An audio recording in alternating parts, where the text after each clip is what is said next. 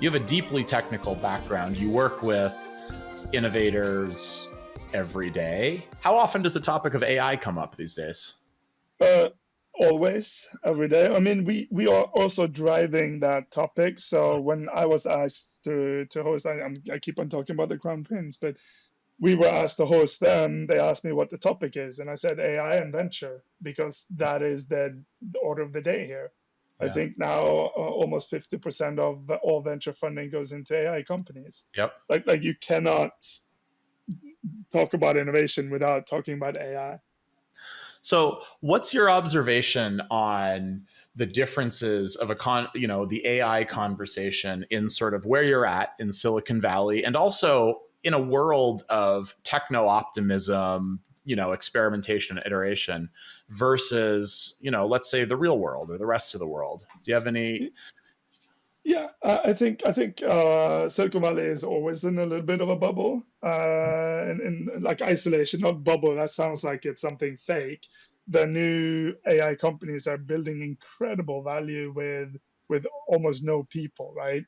And so the productivity gains is so high that you cannot ignore it. I think in Silicon Valley, we can see that this is coming whether you want it or not. When somebody puts that much effort, resources, money into something, it happens. Like it just doesn't die off. You might have things go wrong on the way there, but it'll happen. I think the signals of how much I think when GPT came out, ChatGPT 3.5 came out, writers saw an immediate 40% gain in efficiency. Yep. You can't just ignore that. And so now you see that in every aspect of business, the sales processes, marketing, everything will have that productivity gain. And that's just the first step, right? I think the techno optimism in Silicon Valley is fairly large, but I also think that if you compare it to innovation cycles historically, we're actually way ahead of the curve in talking about what are the detrimental impacts AI might actually have. Sure. And and if you compare it to government side, I think they're a little bit more on the cautious side. We see a lot of weird kind of laws being suggested and policies being suggested. But when we talk to them, the ministers, at least from Norway, they have a fairly decent approach in terms of, okay, we already have a framework that works, and let's take one step at a time and not sort of outright ban anything immediately. It is it is interesting. I mean, you talk about a certain inevitability, right? There's a lot of investment. The tech is advancing, and it has been for hundreds of years, thousands of years. But it does feel like there's a significant velocity change and increase, right? And I think Yeah, maybe, from my perspective, I think maybe that's why we as society are at least able to have conversations that feel like they look more ahead of where we are today than like maybe we did during the Industrial Revolution or other sea changes in history. Like it's because it's happening so fast. This is going to be in our lifetimes, right? The Industrial yeah, Revolution took it was like 90 years or 110 years yeah, or something. The Enlightenment was yeah. 200 years, right? This is But but happening but in months. but I think that's always been the key though. Like if you look at history of humans, innovation is exponential, but that you still start at one, right? Yep. Then it becomes two, becomes four.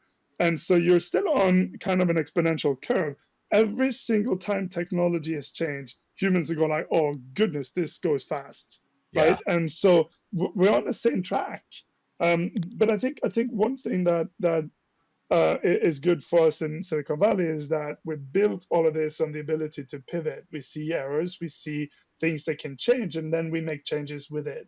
But I do think that this kind of the sea change, the Cambrian explosion that are now arriving at our shores is also makes for big changes at the corporate level, right? Like you have to have a hyper agility. You have to put decision making out on the edges of the organization, build small teams that can work really actively with new technologies and are empowered to make decisions in the innovation part of the company, so they move things forward. So I think having those types of organization, I think then you become successful.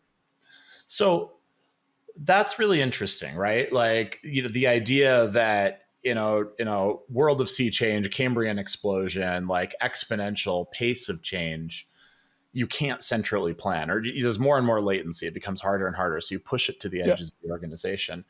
How have you seen people try and well, what am I trying to ask here?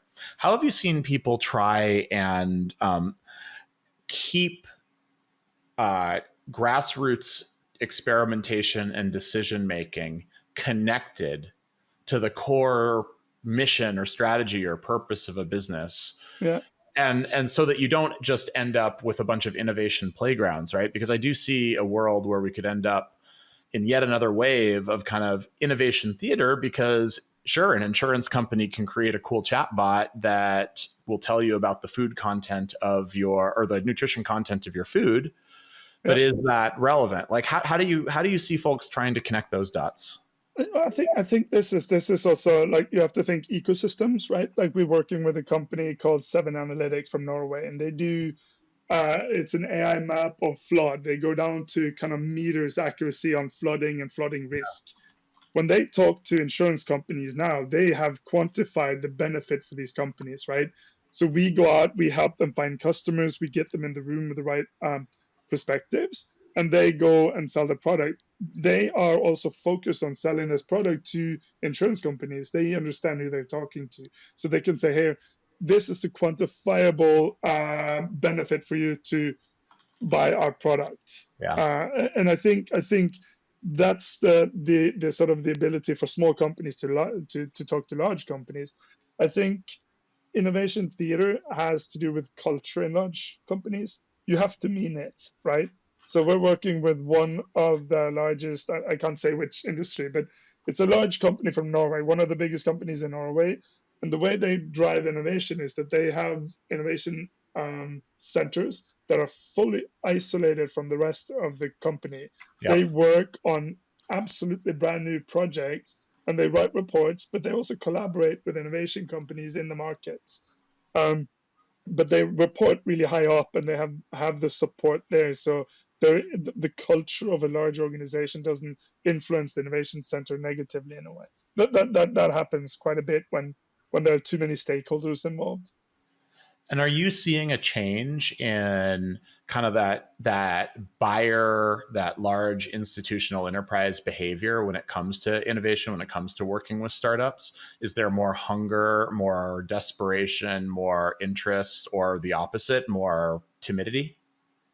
I think the interest has always been there because people see the benefit. I think in especially in Silicon Valley, there is an extra benefit that people can build their own internal careers by bringing in the right type of product to the companies. That isn't as normal outside of Silicon Valley, and I do think that if large companies can bring that culture into the company where people test out new things, try out small, just build a methodology around incorporating new technologies and working with startups. Sorry, I think they can greatly benefit from it. I think so too, but I got to tell you, that's just one of the hardest conversations to have, right? So I so often walk into large companies around the world, right? Yeah. This is there's variation, but this is not something that is, unique to any one geography or industry or sector or whatever. And you ask a simple question. You ask a simple question like, if you experiment and fail, what what Yeah. happens? It's very rare that an honest answer will be, well, I get rewarded for the lessons that we learned, and Mhm. I hope the next one does better, and I rapidly iterate, right? It's That's a really big We were just recently visiting with Amazon and talking about kind of corporate culture and HR there. And one of the things they're saying is that we should talk about our failures. yeah. And them themselves brought up the Fire Phone. It's a Mhm. $170 million mistake, right? And I think it was super powerful for the Norwegian companies that were there to hear them talk about their mistakes as something. Okay, yeah, we did that. We own it. Nobody got fired. Yeah.